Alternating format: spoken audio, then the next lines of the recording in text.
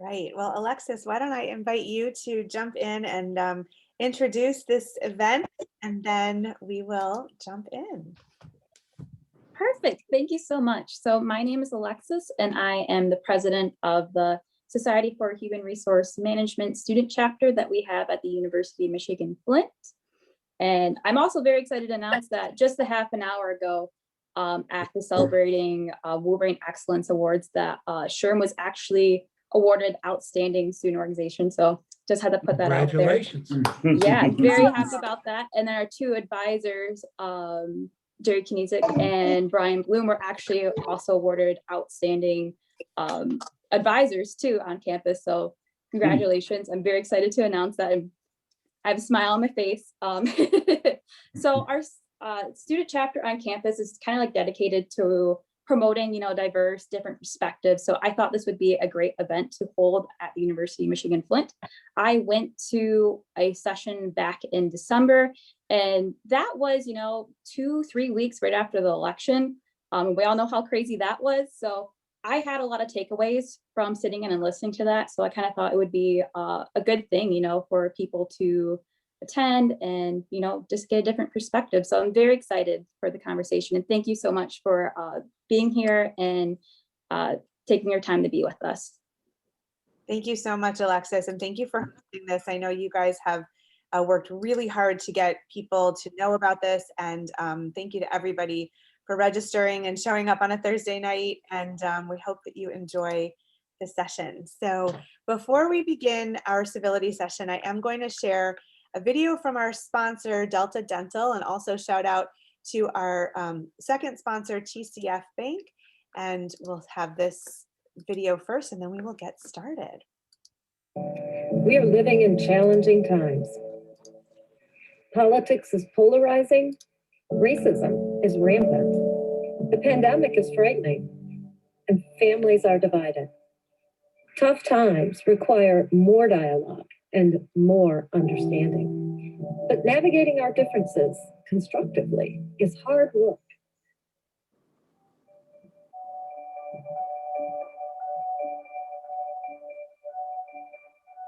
Delta Dental believes that healthy, smart, vibrant communities are also civil and harmonious.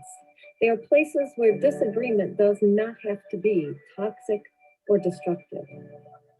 Civility starts with listening. Welcome to the Civility Project.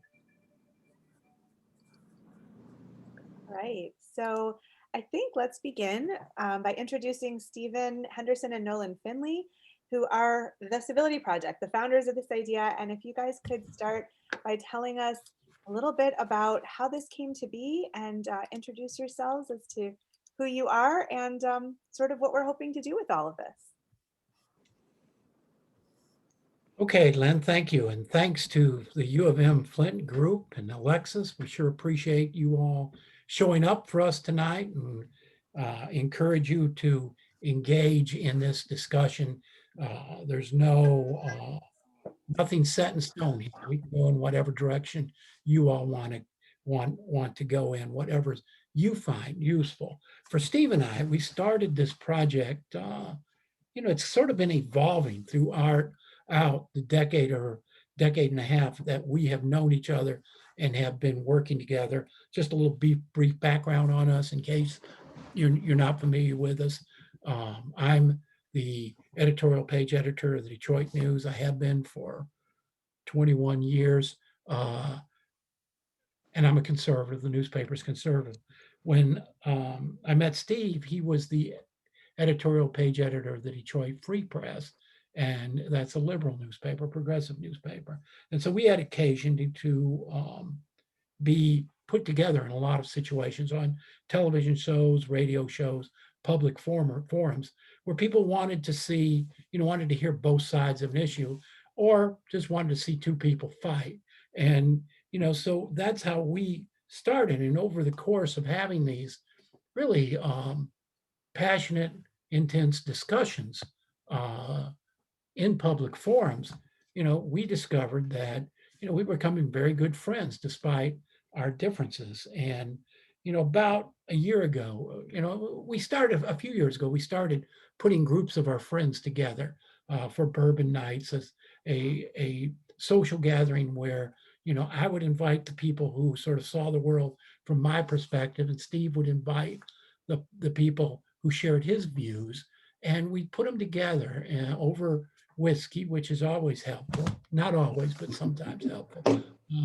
Could go bad too. But we put them together over whiskey with the only thing we ask them is talk to each other, get to know each other as people. Don't stand off, don't argue, don't fight, don't get all worked up, but just try to get to know each other as people. And that's what we've tried to do with each other over the years, is to see past our political difference into what it is that fuels our friendship. And about a year ago, we decided to start this project because, we just saw things going to hell in a hurry, both at all levels of our society. The bitterness, the division, the hatred, if you will, that was fomenting in our country had been building for a number of years and really erupted over the past year or so. And we know where that leads, and you expect a certain amount of tension in our politics. That's natural and healthy, but we saw that tension becoming very bitter and very hateful.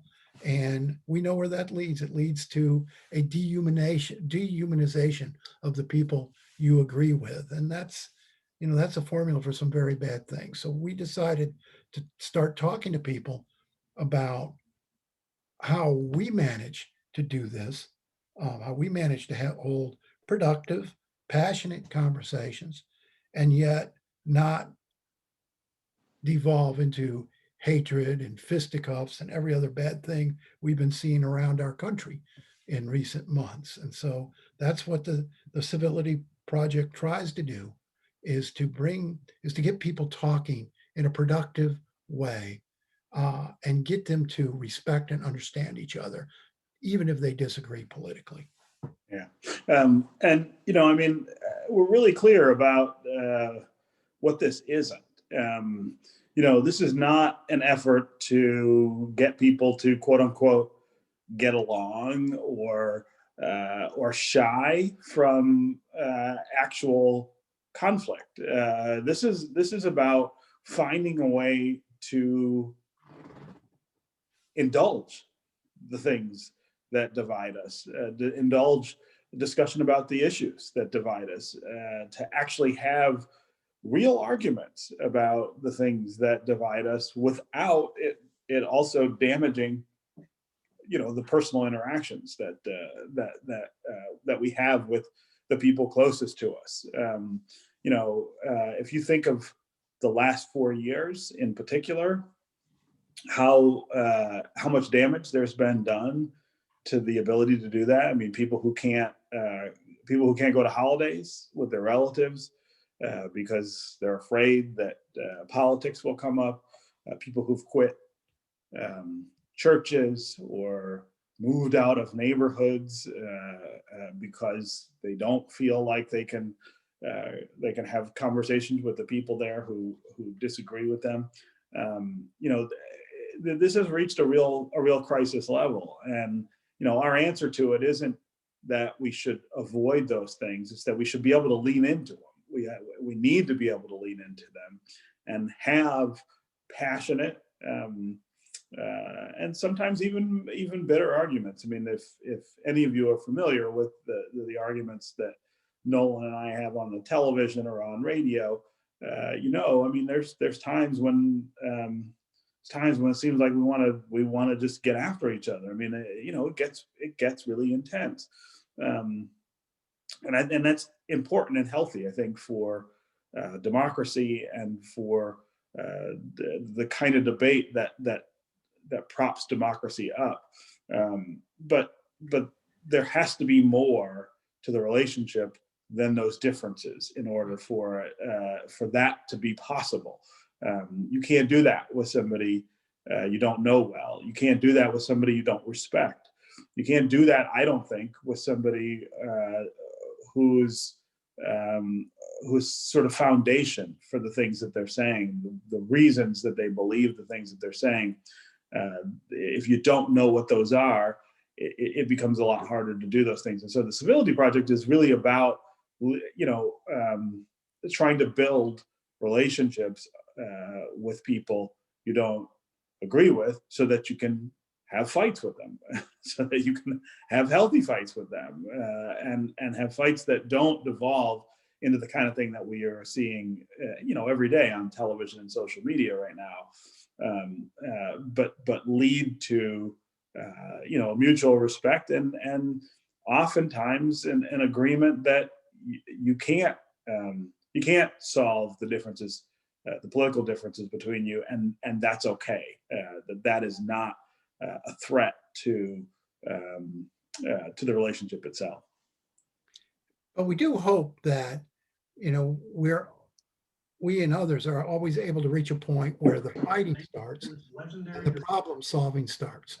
We can come to a point of productive problem solving once we've talked through the differences and understand the motivation for why we feel the way we do, that it's always possible we can get to a point where we can work together and solve some things. So in about 8 minutes, we're going to do our first round of breakout rooms where we have small group discussions. So I thought maybe leading into that, you guys could talk a little bit about how, what we do, what are some of the tips to build civility. And I want to preface that by, at the beginning when we were waiting for people to come on, we were talking about these civility sessions we're planning in Yuma, Arizona. And the woman from the college that I was working with said she has a colleague who has very different political opinions, but she'll call him to say, explain to me your perspective on this. And she said, I have great respect for him as a person. And that was really important to her, that they find a way to have these conversations. So I thought that was a really great point. I wonder if you could maybe just give us, 6 or 7 minutes of how do we go about this? What are 2 or 3 things that people can do in the relationships they have to try to build some civility? And then we'll put it to use in the breakout rooms. Well, it starts, I think, the first step, and the thing we always lead with when we're in person and with groups and putting people together, is have your first conversation be about trying to figure out the why of the other person. Why does the other person feel the way they do? What makes them a conservative and you a liberal, or vice versa? Our position is that good people come to their opinions in the same way. They take the facts, they take the information available, they apply their own values and personal experiences to it, and they come up with an opinion. And if their opinion is different than yours, doesn't make them evil. It doesn't make them sinister.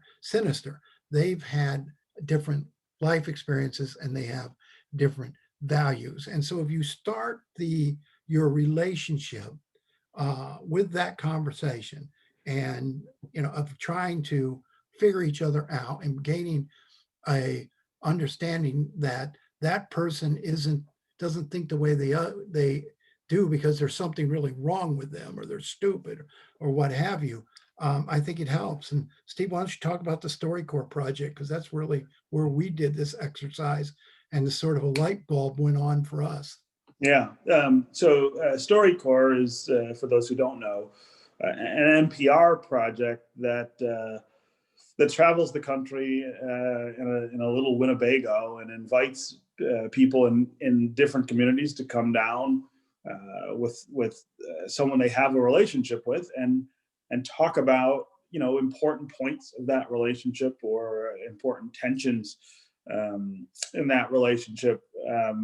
And they came to Detroit in, I think it was 2017. And, as I said, mostly, people are taking their family members down there, and they're taking spouses and things like that. Well, I said, when they asked me if I would go, I said, yeah, but I'm going to bring Nolan with me. I'm not bringing a family member, and I want to talk to Nolan in the Winnebago. And so we went down there and we sat in there, and what I wanted us to talk about was was where each of us gets the ideas that we feel so strongly about. You know, I think of myself as a liberal or a progressive, and I've thought that way for my entire you know, adult thinking life. How did I end up in that space? What were the things that happened that led me to believe that that was the right way to solve problems in our city or our state or our country? And I wanted Nolan to talk about what makes him a conservative. What were the series of things that led him to believe that that was the right way to solve problems? And I didn't want us to talk about the difference between the two outcomes. I didn't want us to sit and have an argument about issues. I just wanted us each to listen to the other, explain why we believe the things that we do. And so we did that. And it was a really interesting conversation, I think. And both of us came away from it with something really different than what we had before. First of all, I think we understood the disagreements that we had a lot better. We understood why we disagreed, and had more respect for that disagreement, and valued that disagreement a little more. When you know why somebody believes something, I think it's a lot easier to say, well, I do disagree. I think that's, and even to say, I think that's wrong, without saying, I think you're wrong, or I think you're wrong for believing that. I know now why Nolan believes the things that he does. The other thing I think it did is that it changed the way that we interact publicly. I think the arguments we have now reflect far more of that understanding and knowledge than they did before that. And you know, by the time we went and did StoryCorps, you know, we've been doing television and radio and other public appearances together for about a decade, so we knew each other pretty well.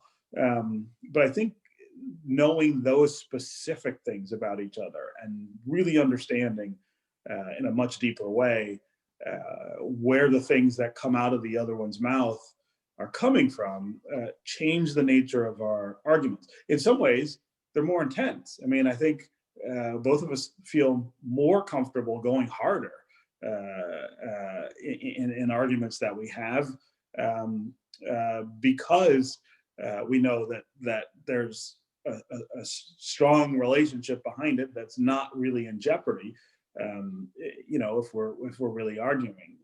But there's also a deeper understanding and respect between the two of us because of that. And that was really the moment, I think, when we thought, well, this is something that we could share with lots of other people. I mean, this is the thing that keeps a lot of other people from being able to have these kinds of arguments, is that they have never had this conversation with somebody they disagree with. And so that was a big kind of, you know, a seed really for the Civility project. And, you know, before the pandemic, the way these sessions were rendered was that we would have people pair up in the groups that were hosting the session with people that they didn't necessarily agree with, and have that conversation, and then come back and talk about the things they learned about each other and how it changed the way they thought about each other. And one of the things this exercise does, Lynn, is, you know, keeps you or makes you aware when you're making assumptions about people based on their publicly expressed politics. Steve and I get this all the time. Oh God, we hate you. You're a moron. You're, you know, blah, blah, blah. And, you know, that's not just from our children and family. I mean, that's, you know, people who've never met us. And so we have a tendency to judge people based on our view of their political views. And we think, my gosh, we can't possibly ever find any value in that person because they don't think like us. And I always tell the story when Steve and I, years ago, were on Mackinac Island for the Republican Policy Conference. And of course, that wasn't the most comfortable place in the world for him, but he was up there covering it. And he and I are in a bar one night, drinking and standing at the bar. And I walked away and immediately was pounced on by these two ladies who I knew, Republican ladies, activists. And they said, I can't believe you're talking to Steve Henderson. How could you talk to him? He's so awful. We just hate him. And they really, and you could tell in their voice, they really thought they hated him. And I said, have you met Steve? And they said, no.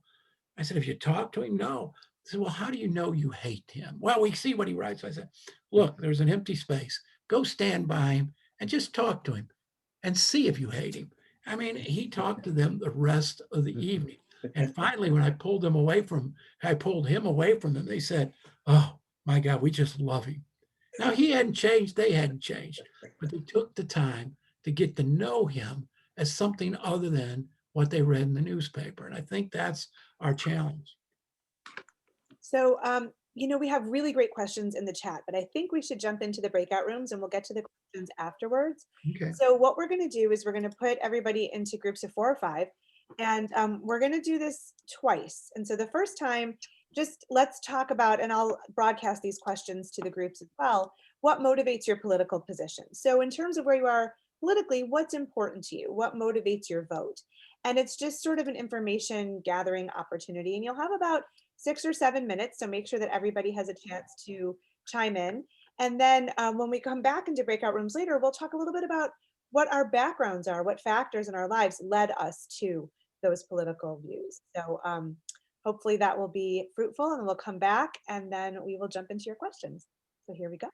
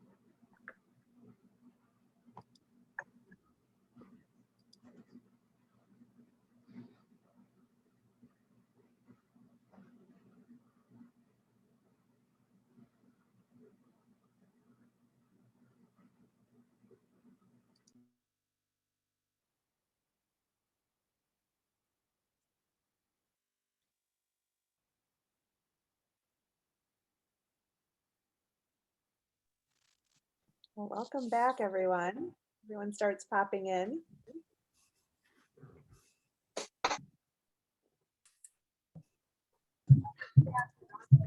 So what we like to do is ask how it went. Is there anything that anybody would like to share about it? Was there something surprising? Tell me a little bit about how your group went.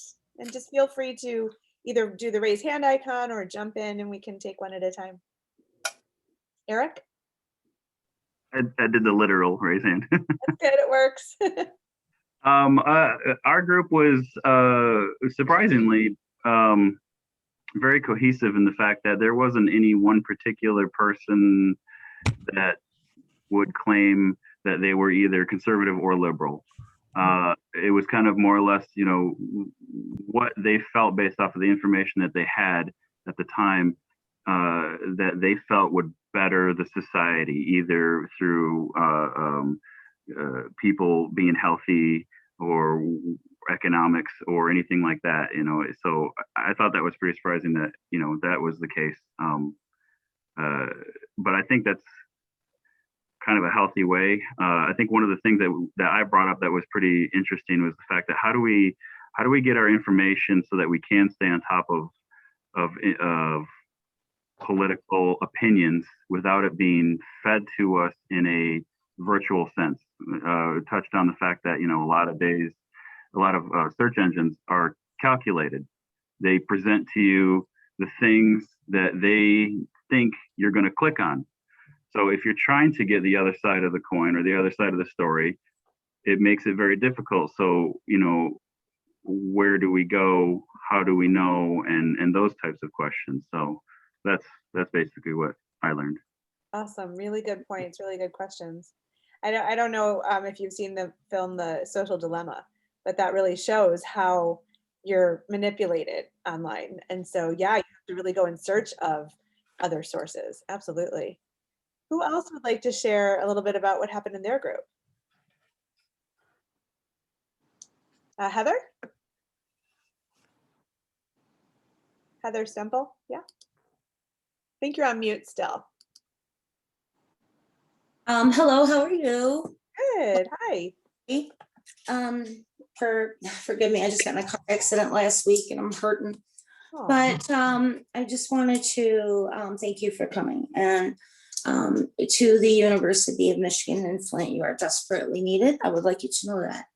The other group member and I discussed more of how policy is not being kept up to code within our school district, and how do we go about approaching that? So, having had approached some of the situations that led into one of my situations, I approached very heavy, difficult punishments and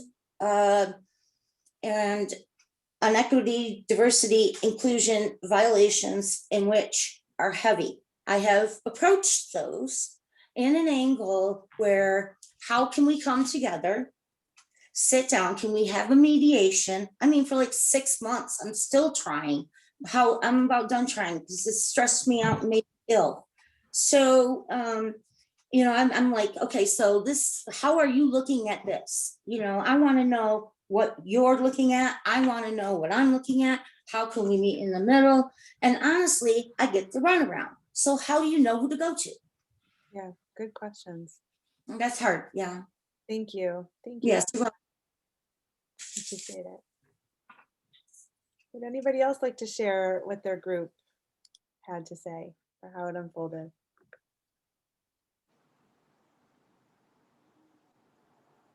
Anyone?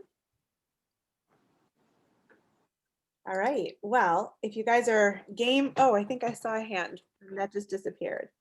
There we go. Nathan, would you like to pop on and speak to us? Yeah, sure. I was in Eric's group as well, but just on the point of like information gathering, yeah, I think it's important. We got cut off with the time before we could talk about it, but just to put out there, I think a good way to do it is since you're always going to be fed like the information or like biases of whatever source you look at, I think just choosing one from either end and then synthesizing it is a good way. Yeah, that's really helpful. And it happens every time. It's never enough time. And the next round, you'll get more time and it still won't be enough time. So I love that you guys wanted to keep talking. That's really cool. But thank you for that, Nathan. So what we'll do is we're going to jump into the last breakout session. And this time, what we're going to ask you to talk about is what things in your background or your value system brings you to your politics. So thinking about what your upbringing, your belief system, whatever factors have influenced those choices.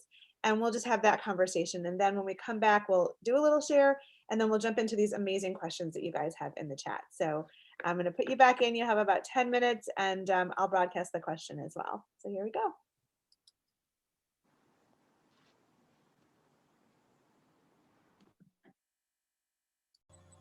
Oh, okay. I did not mean to jump out, but all right. No, that's okay. They're closing, so everyone will pop back in a minute. Yeah, I just hit the box. I thought I was closing it, and well, here we are. And then people disappear. All right. I came in a little bit late. I was having some internet issues, among other things, but we're here now. We wondered if the rain would throw anybody off or if we'd have an okay time. So, Yeah, so good. Right? it was my second day at a new job, and it just started coming down as I was leaving. I'm like, great. Congratulations. What kind of a job? It's just getting drenched. So it is what it is. It happens. What's the new job? Insight. Cool. So it's neurology center. Okay, very cool. Well, welcome back, everybody. So who would like to share anything about what that conversation was like, or how it might have deepened from the first one as you guys got to know each other a little bit? I'll share something if I may. Yeah, please. So I had brought up a particular view that I'm conservative about, and I learned something. Information was presented to me in a way that it never had been before, and I got some really awesome insights that That is really so cool. increased my understanding. It's awesome and unexpected, but I love it. Oh, that's amazing. And wouldn't have happened had you not engaged, been willing to engage. I took a risk. I was scared. I'm not gonna lie. I'm super. Do we miss you, Steven? You're muted, Steve. You're on mute. Sorry, I am super curious, and you don't have to share, but what was the issue? Abortion. Okay. Wow, that's a big one, right? Right. Real divide. Right. And when I first spoke about it, I shared that while I believe women should have a choice, I don't like the idea of it being used as a form of birth control when preventative measures can be taken if that's something that you're not ready for. But having said that, what was shared with me was so eye-opening and left me awestruck. She said that a woman should have choice over her body because bringing a child into a life of poverty and abuse, not just physical, but emotional, psychological,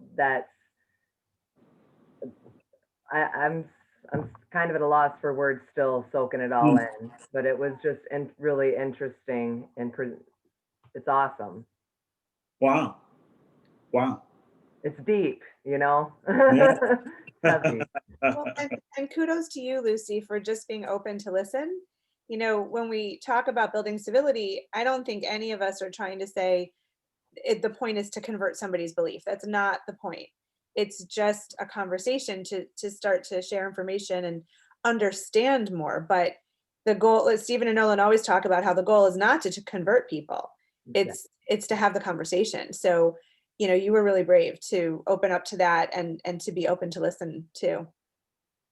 And that's key, Lynn. I mean, we do say that conversation is not a competition. And we discussed in our group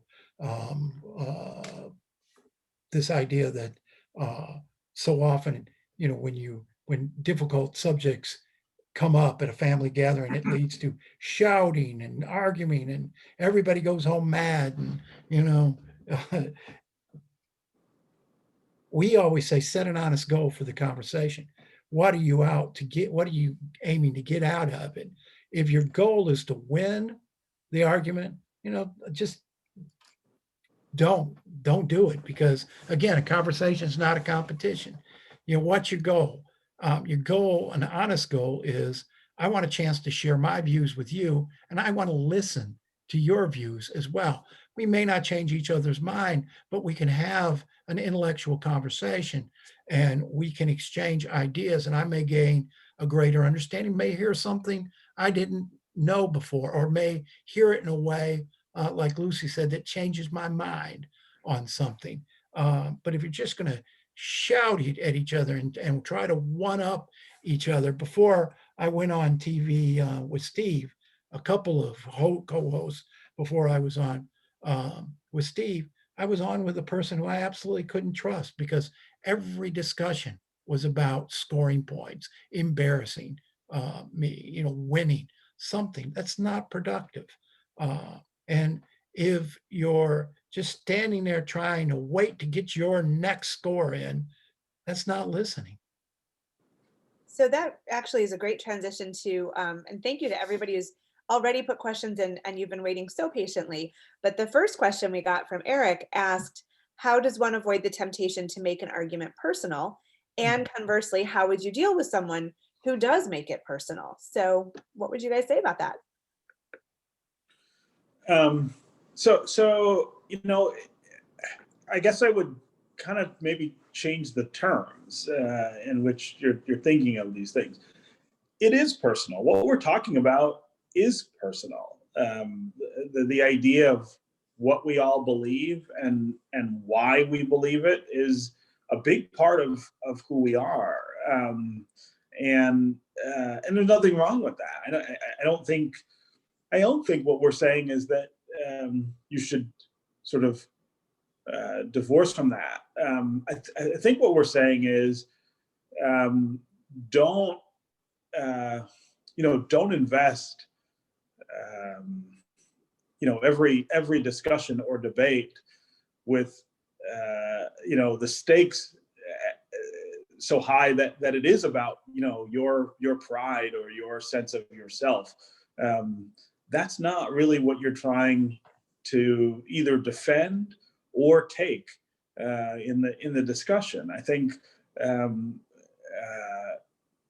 being curious about who somebody else is and why they believe what they believe and what is personal about this for them is kind of a different way to go at that question about why when things are personal.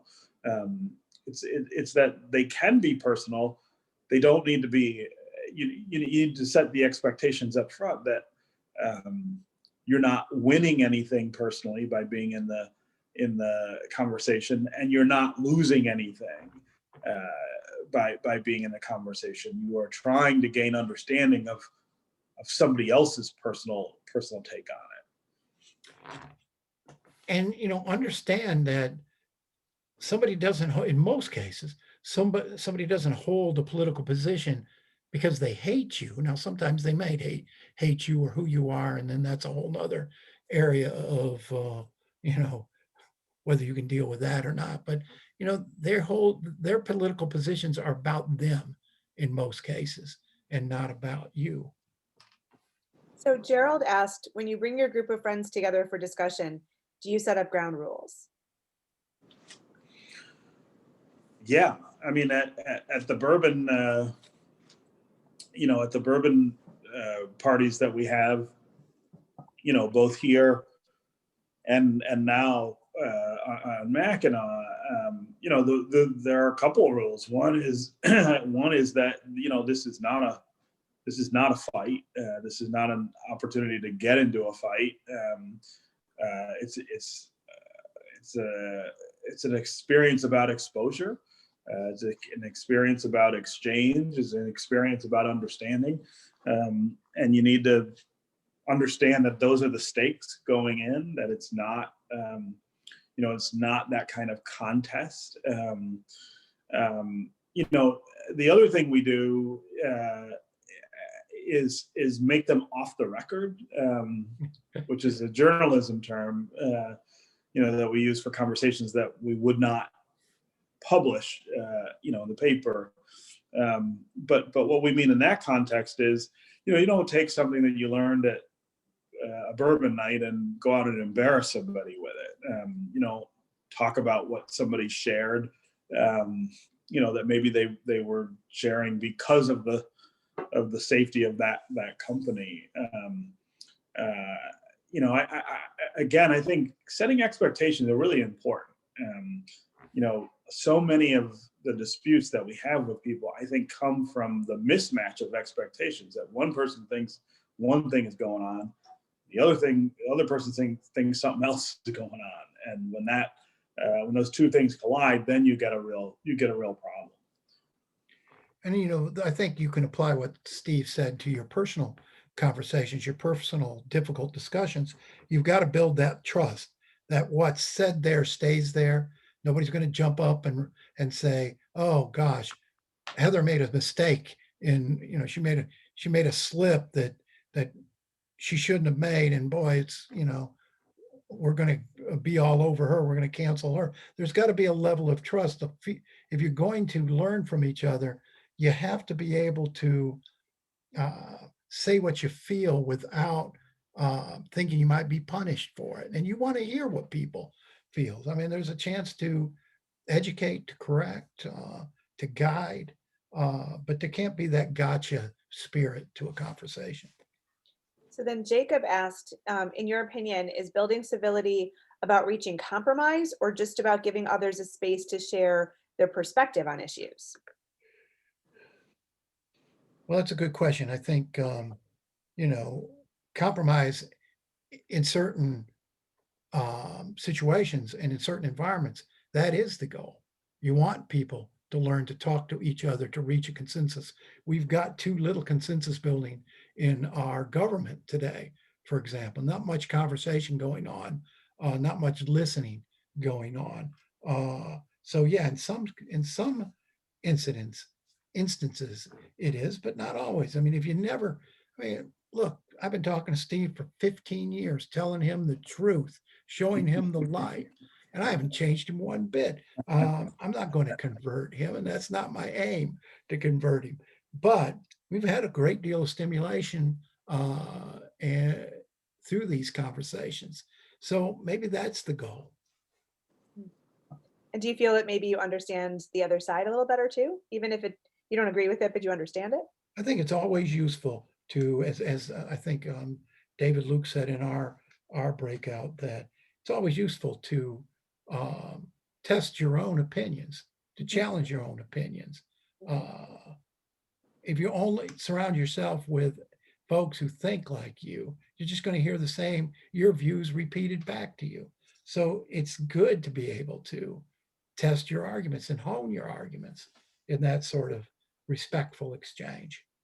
So Maria asked, what if someone's values and beliefs demonize me or my right to exist or have opportunities for work, marriage, family?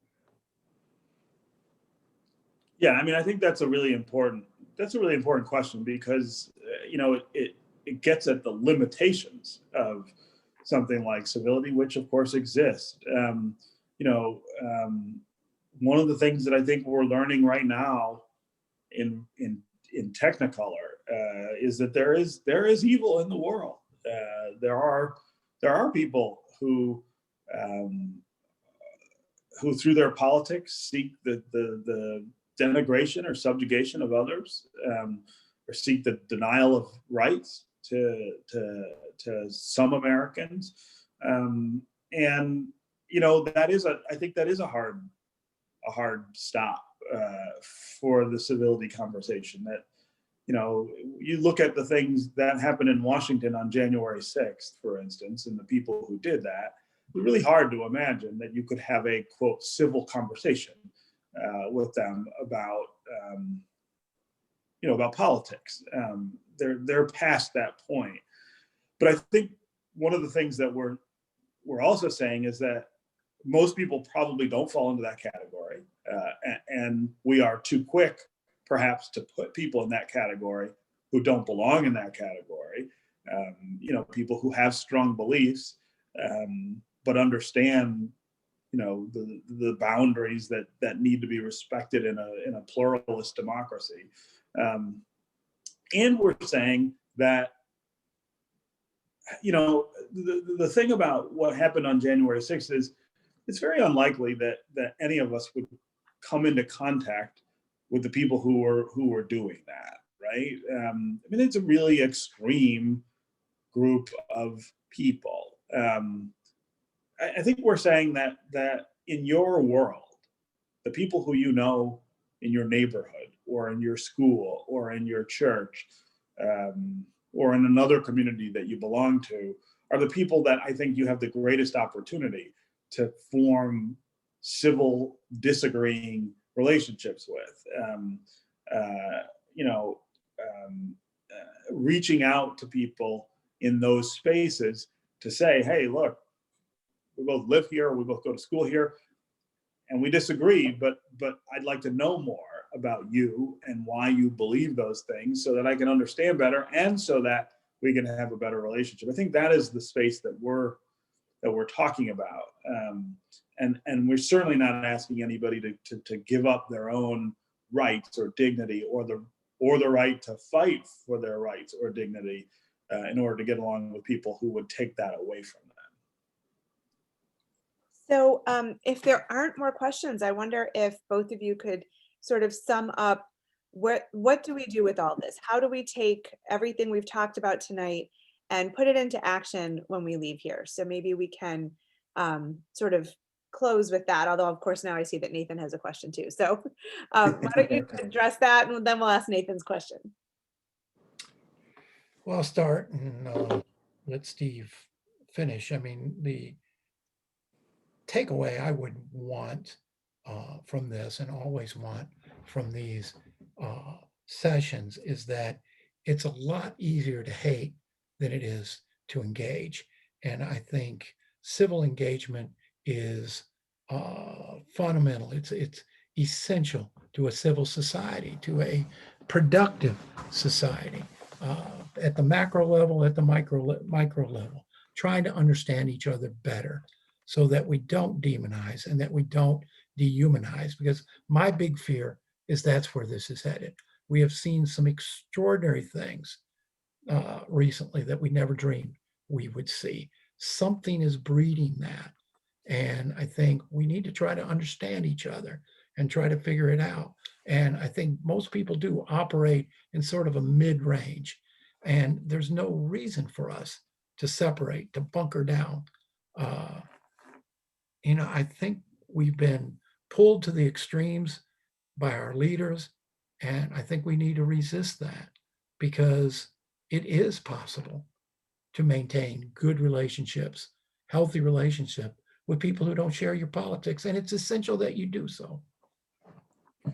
Yeah, I mean, I would agree with that. And I would also say that this requires, for a lot of us, withdrawal from some of the spaces and habits that have become, second nature to us. It's not just the political climate that encourages incivility or antipathy. It's our social environment as well. Social media is I think one of the great drivers of incivility in our country, and that's not about the tool itself. It's about the way that we use that tool. If you think about the culture of a place like Facebook or Twitter, it revolves around the idea of shutting people out, right?